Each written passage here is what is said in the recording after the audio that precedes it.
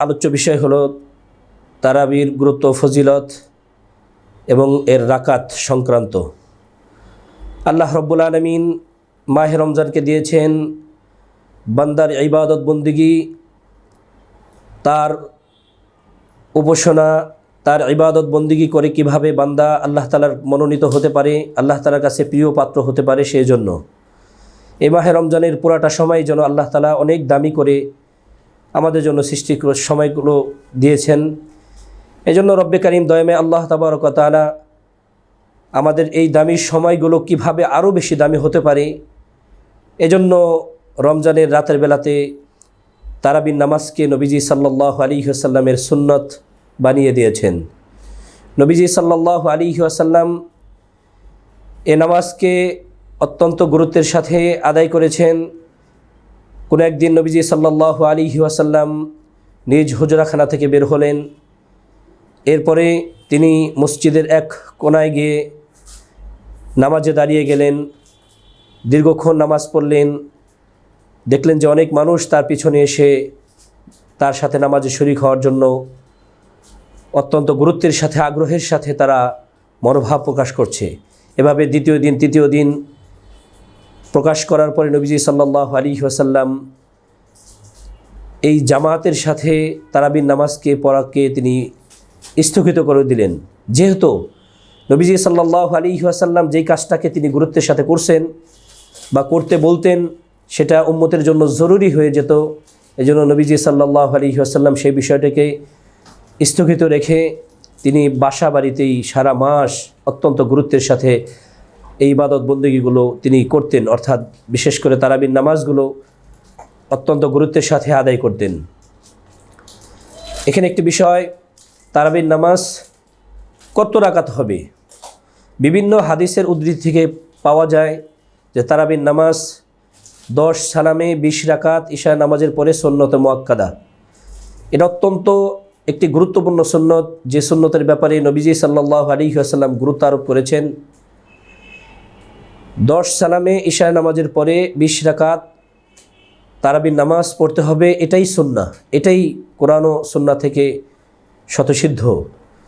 নবীজি সাল্লাল্লাহু আলাইহি ওয়াসাল্লাম 10 সালামে 20 রাকাত তারাবির নামাজকে পড়ার জন্য উম্মতকে উদ্বুদ্ধ করেছেন। হযরত ওমর ইবনুল খাত্তাব রাদিয়াল্লাহু আনহু, হযরত উবাই ইবনে কাব রাদিয়াল্লাহু আনহুর পিছনে মানুষকে নামাজে জামাতের সাথে গুরুত্বের সাথে আদায় করার জন্য তিনি উদ্বুদ্ধ করেছেন এবং মানুষকে ডেকেছেন। হযরত উবাই ইবনে কাব রাদিয়াল্লাহু আনহু তিনি তার ইমামতিতে সাহাবায়ে কেরাম রাদিয়াল্লাহু আনহুমদেরকে নিয়ে তিনি এই নামাজ পড়েছেন। তারাবির রাকাতের সংখ্যা নিয়ে অনেকগুলো মতামত রয়েছে, তার মধ্যে উল্লেখযোগ্য এবং স্বতঃসিদ্ধ এবং ওলামায়ে আহনাফের মতে তারাবির নামাজ হবে 10 সালামে 20 রাকাত। কোনো ইমামগণ এটাকে বেতের সহ 23 রাকাত, 29 রাকাত, এমনকি 43 রাকাত পর্যন্ত মত দিয়েছেন। যেহেতু মাহে রমজান, এই মাসকে আল্লাহ রব্বুল আলামিন দিয়েছেন উম্মতের ইবাদতের পাল্লাকে ভারী করার জন্য, আর সেই ক্ষেত্রে নফল ইবাদত বন্দিগি বা সুন্নত ইবাদত বন্দিগি যে সকল আমলগুলোকে নবীজি সাল্লাল্লাহু আলাইহি ওয়াসাল্লামের পক্ষ থেকে অনুমোদন রয়েছে, এ আমল যে যত বেশি করতে পারে তত বেশি তার আমলের পাল্লা ভারী হবে এবং সওয়াবের দিক থেকে সে অনেক অগ্রে পৌঁছে যাবে। আল্লাহ রব্বুল আলামিন বলে দিয়েছেন, ইয়া আইয়ুহাল মুযাম্মিল কুমিল লাইলা ইল্লা কলিলান নিসফাহু আও ইনকুস মিনহু কলিলা। ইয়া আইয়ুহাল মুযাম্মিল, ওহে চাদর পরিহিত আমার দোস্ত বন্ধু, আপনি উঠেন। কুমিল লাইলা ইল্লা কলিলা, রাতের বেলা আপনি দাঁড়িয়ে দাঁড়িয়ে ইবাদত বন্দিগি করেন, তবে কিছু অংশ আপনি ঘুমাসেন। নিসফাহু আও ইনকুস মিনহু কলিলা, তার অর্ধেক রাত অর্থাৎ রাতের অর্ধাংশ পর্যন্ত ইবাদত বন্দিগি আপনি করেন। এই যে গুরুত্বপূর্ণ বিষয়গুলো হলো যে রাত্রকে ইবাদত বন্দিগির মাধ্যমে কাটবে, আর মাহে রমজান ফজিলতের মাস, রহমতের মাস, বরকতের মাস, সিয়াম সাধনার মাস। এ মাসের মধ্যে বান্দা ইবাদত বন্দিগি করে আল্লাহ তাআলা নৈকট্য হাসিল করবে, এটাই তো একটি উল্লেখযোগ্য বিষয়। আর সেই দৃষ্টিকোণ থেকে তারাবির নামাজ 20 রাকাত, এরপরে যদি কেউ নফল ইবাদত বন্দিগি আরও বেশি থেকে বেশি করতে পারে, সেটা তার জন্য নফল হিসাবে অনেক বড় পাওনা হবে। আর নফল ইবাদত বন্দিগি উম্মতের ফরজ ইবাদত বন্দিগির ঘাটতি পূরণ হিসাবে আল্লাহ তাবারক ওয়া তাআলা কিয়ামতের ময়দানে এটা উসিলা হিসাবে বানিয়ে নেবেন। অতএব কারণে এই তারাবির নামাজ এর ফজিলত অপরিসীম, এগুলা অনেকগুলো হাদিসের দ্বারা প্রমাণিত। নবীজি সাল্লাল্লাহু আলাইহি ওয়াসাল্লামের প্রায় 114 জনের উপরে সাহাবা একরাম রিদওয়ানুল্লাহি আলাইহিম আজমাইন একথার উপর ঐক্যমত পোষণ করেছেন যে তারাবির নামাজ 10 সালামে 20 রাকাত সুন্নতে মুআক্কাদা, এই গুরুত্বপূর্ণ এই নামাজকে কোনোভাবেই কমানোর কোনো সুযোগ নাই। অতএব কারণে এই নামাজ আমরা অত্যন্ত গুরুত্বের সাথে কীভাবে গুরুত্ব দিয়ে আদায় করতে পারি সেই বিষয়টি লক্ষণীয় বিষয়। তারাবিহ শব্দের অর্থ, এই শব্দটি তারবিহাতুন শব্দ থেকে এসেছে। আর তারবিহা শব্দের অর্থ হলো রেস্ট গ্রহণ করা, আরামের সাথে আরাম গ্রহণ করা। যেহেতু প্রতি 4 রাকাত 2 রাকাত 2 রাকাত করে প্রতি 4 রাকাতের পরে কিছু সময় জিকির, কিছু সময় দোয়া দুরুদ, কিছু সময় ইস্তেগফার, কিছু অন্যান্য আমল, এমনকি কিছু সময় যদি মনে চায় যে রেস্ট নেবে, যেহেতু রাতের নামাজ লম্বা নামাজ, এমনটিও ইসলামী শরীয়তের দৃষ্টিকোণ থেকে অনুমোদন রয়েছে। যেহেতু তারাবির নামাজ রিল্যাক্সে অর্থাৎ শান্তির সাথে আরামের সাথে নামাজগুলো দীর্ঘ নামাজকে আদায় করতে হয়, এজন্য এই নামাজকে তারবিহা বা তারাবিহ বহুবচন হিসেবে উল্লেখ করা হয়েছে। এখন তারাবির ফজিলত কি? নবীজি সাল্লাল্লাহু আলাইহি ওয়াসাল্লাম এই হাদিসের মধ্যে বলেন, মান সামা রমাদানা ওয়া কামা লাইলাতিহি ঈমানান ওয়া ইহতিসাবা গুফিরা লাহু মা তাকদ্দামা মিন যামবিহি। যদি কোনো ব্যক্তি এই তারাবির নামাজ ঈমানের সাথে অর্থাৎ এই বিশ্বাসের সাথে যে আল্লাহ রাব্বুল আলামিন সওয়াব দিবেন, দ্বিতীয়ত সওয়াবের নিয়তে যদি কোনো ব্যক্তি আদায় করে, আল্লাহ নবী সাল্লাল্লাহু আলাইহি ওয়াসাল্লাম হাদিসে পাকের মধ্যে ইরশাদ করেছেন যে আল্লাহ তাআলা তার পূর্ববর্তী সমস্ত গুনাহগুলোকে মাফ করে দিবেন। মান সামা রমাদানা ঈমানান ওয়া ইহতিসাবা ওয়া কামা লাইলাতিহি ঈমানান ওয়া ইহতিসাবা গুফিরা লাহু মা তাকদ্দামা মিন যামবি। তার পূর্ববর্তী সমস্ত গুনাহগুলোকে আল্লাহ রাব্বুল আলামিন মাফ করে দিবেন। অন্য একটি হাদিসের মধ্যে ইরশাদ হয়েছে, আল্লাহ নবী সাল্লাল্লাহু আলাইহি ওয়াসাল্লাম বলেন, যদি কোনো ব্যক্তি রমজান মাসের রোজা এবং রাত্রের নামাজ তথা তারাবির নামাজকে গুরুত্বের সাথে আদায় করে, আল্লাহ রাব্বুল আলামিন তার সমস্ত গুনাহগুলোকে এমনভাবে মাফ করে দিবেন যেন সে নবজাতক শিশু যেমন তার কোনো গুনাহ বাকি থাকে না বা তার গুনাহ নাই, এমতো পুত পবিত্র অবস্থায় আল্লাহ রাব্বুল আলামিন ও বান্দাকে রমজানের শেষে অর্থাৎ গুনাহ মুক্ত করে দিবেন।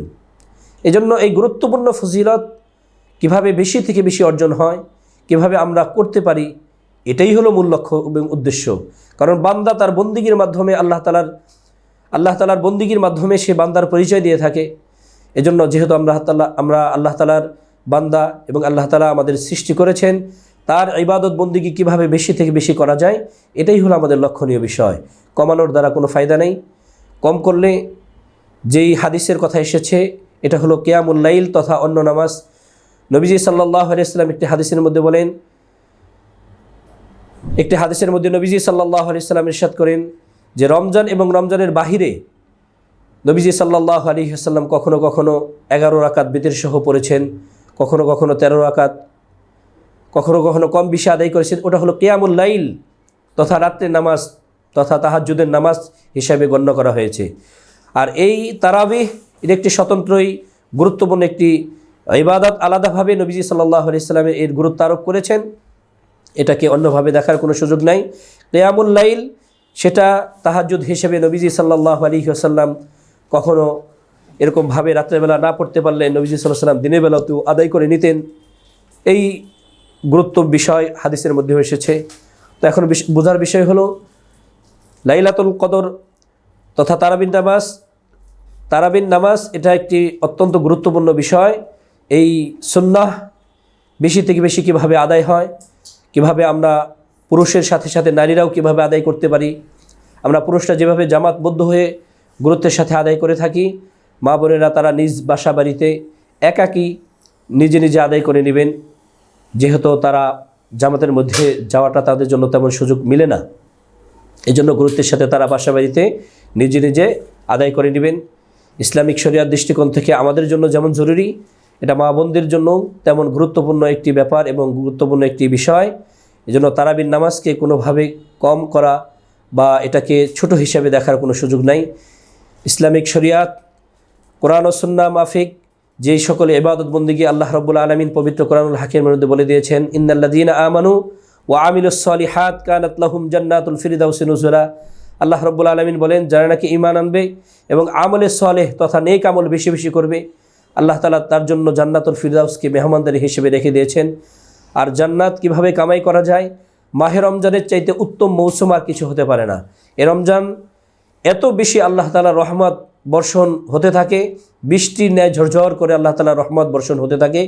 সেই রহমত কিভাবে দিনের বেলাতে আমরা রোজার গুরুত্ব আরোপ করে রোজাকে ঠিকঠাক মতো পালনের মাধ্যমে আমরা আদায় করতে পারি, এবং রাতের বেলাতে কিভাবে সিয়াম সাধনার পরে তারাবির নামাজ, নফল নামাজ, কোরআন তেলাওয়াত, জিকির আজগার, দোয়া দুরুদ এ সকল ইবাদত বন্দিগি গুরুত্বের সাথে আদায়ের মাধ্যমে কিভাবে আমরা এই সকল নামাজ, তারাবির নামাজ সহ অন্যান্য ইবাদত বন্দিগি বেশি থেকে বেশি করতে পারি, সেই বিষয়টি আমাদের লক্ষণীয়। সম্মানিত উপস্থিতি, আল্লাহ রাব্বুল আলামিন যেহেতু আমাদেরকে এই সুযোগ করে দিয়েছেন, আমাদের শক্তি সামর্থ্য দিয়েছেন আল্লাহর ইবাদত বন্দিগির জন্য, আল্লাহ তাআলা সব মাখলুকাতকে সৃষ্টি করেছেন আল্লাহ তাআলার ইবাদত বন্দি করার লক্ষ্যে। তার মধ্যে আশরাফুল মাখলুকাত তথা সমস্ত সৃষ্টিজীবের সরদার হিসেবে আল্লাহ রাব্বুল আলামিন সৃষ্টিজীবের প্রধান ব্যক্তিত্ব হিসেবে আল্লাহ তাআলা মানব জাতিকে সৃষ্টি করেছেন। এই মানব হিসাবে আমরা আল্লাহ তাআলার ইবাদত বন্দিগির মধ্যে আমাদের গুরুত্বপূর্ণ সময়গুলো কীভাবে কাটাবো সেই বিষয়টি আমরা লক্ষ্য রাখব। আল্লাহ তাবারক ওয়া তাআলা যেন আমাদের সকলকে সেই সুযোগ করে দেন। সম্মানিত উপস্থিতি, যে বিষয়টি আলোচনা আমাদের আসতেছে তারাবির নামাজ, আমরা বুঝতে পারলাম তারাবির নামাজ একটি গুরুত্বপূর্ণ ইবাদত, সুন্নতে মুআক্কাদা। এটি অবশ্যই অবশ্যই করণীয় বিষয়, এটাকে কখনো ছোটোভাবে দেখার কোনো সুযোগ নাই। নবীজি সাল্লাল্লাহু আলাইহি ওয়াসাল্লাম বলেন, মান সান্না ফিল ইসলামি সুন্নাতান হাসানাহ ফালাহু আশরু আমসালিহা ফালাহু আজরুহু ওয়া আজরু মান আমিলা বিহা বা'দ ওয়া মান সান্না ফিল ইসলামি সুন্নাতান সাইয়্যাতান ফালাহু আজরুহা ওয়া আজরু মান আমিলা বিহা বা'দ। যে ব্যক্তি ইসলামের মধ্যে ভালো আমলগুলো করবে, আল্লাহ রাব্বুল আলামিন এই ভালো আমলগুলো তার সওয়াব দিবেন, এবং পরবর্তীতে যত মানুষ এই আমলের সাথে জড়িত থাকবে, কাজ করে যাবে, তারাও এর সওয়াব সে পাবে। অন্য দিক থেকে যে কোনো বদ আমলকে প্রথা চালু করলো, সেই বদ আমলের গুনাহ সে পাবে, এবং পরবর্তীতে যত মানুষ এই বদ আমলগুলো করবে তারাও এই গুনাহের ভাগীদার হতে হবে।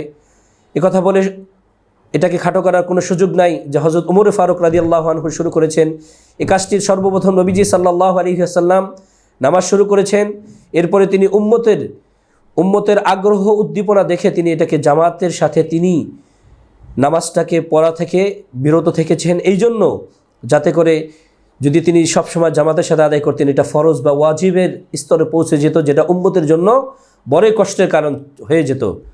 দেখা গেল কোনো উম্মত যদি এই নামাজকে ছেড়ে দিত তাহলে সে বড় ধরনের গুনাহের সাথে সে জীবন অতিবাদ করতে হতো। এজন্য নবীজি সাল্লাল্লাহু আলাইহি ওয়াসাল্লাম 30 দিন এরকমভাবে আদায় করেননি, কিন্তু নবীজি সাল্লাল্লাহু আলাইহি ওয়াসাল্লাম একাকীভাবে তিনি এই নামাজগুলোকে অত্যন্ত গুরুত্বের সাথে আদায় করেছেন। সাহাবায়ে কেরাম রাদিয়াল্লাহু আনহুম তারা জামাতের সাথে হযরত উমর ফারুক রাদিয়াল্লাহু আনহুর আহ্বানে হযরত উবাই ইবনে কাব রাদিয়াল্লাহু আনহু জামাতের সাথে তিনি হাফিজে কোরআন ছিলেন, তিনি জামাতের সাথে সাহাবায়ে কেরাম রিদওয়ানুল্লাহি আলাইহিম আজমাইনদেরকে নিয়ে তিনি এই নামাজ আদায় করতেন, কোরআন তেলাওয়াত করতেন।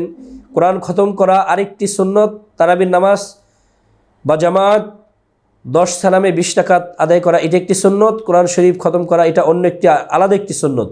অতএব যারা হাফিজ কোরআন রয়েছে তারা এই নামাজের মাঝে কোরআন তেলাওয়াত বা কোরআন খতমকে কোরআন তেলাওয়াতের বিশেষ মহামূল্যবান সময় সুযোগ মনে করে বা কোরআন খতমের একটি গুরুত্বপূর্ণ ব্যাপারকে সামনে রেখে তারাও কোরআন তেলাওয়াতের মাধ্যমে তাদের এই মাহে রমজানকে অনেক দামি করতে পারেন।